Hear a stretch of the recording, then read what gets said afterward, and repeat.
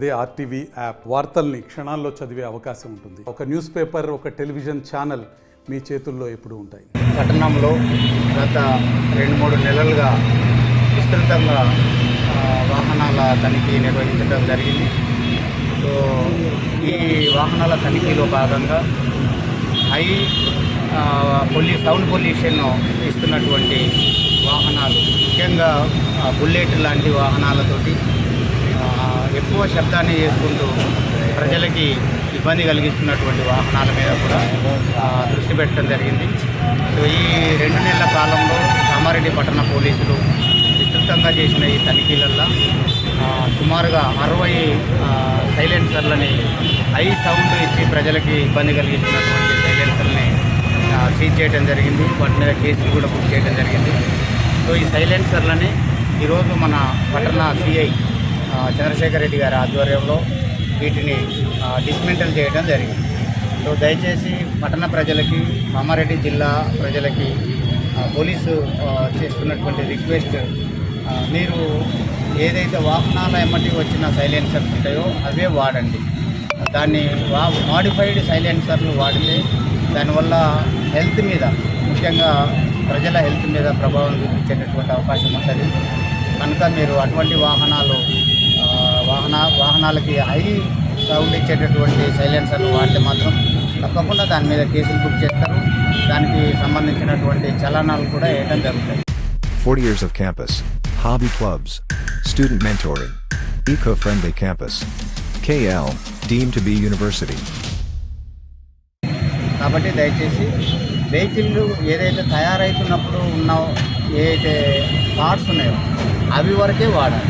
Modified వాడడానికి వీలు లేదు, దానికి ఒక రూల్ ఉంటుంది.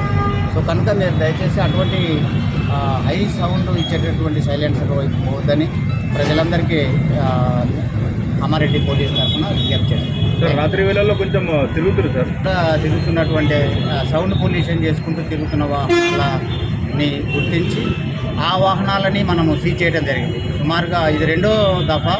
మొదటి దఫాలో కూడా ఇట్లనే కొన్ని సైలెన్సర్ని సీజ్ చేసి డిస్మెంటల్ చేయడం జరిగింది. ఇది 2వ దఫా.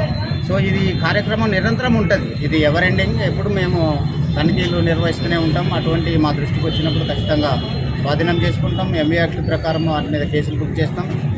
పర్మిషన్లతోటి ఇట్లా డిస్మెంటల్ కూడా చేస్తాం. దయచేసి డబ్బులు వేస్ట్ అవుతాయి. మీరు అనవసరంగా దాన్ని ప్రజలకు ఇబ్బంది కలిగించేటటువంటి సైలెన్సర్లు పెట్టుకోవడం మంచిది కాదు. దానివల్ల తనకి ఇబ్బంది, ప్రజలకి కూడా ఇబ్బంది.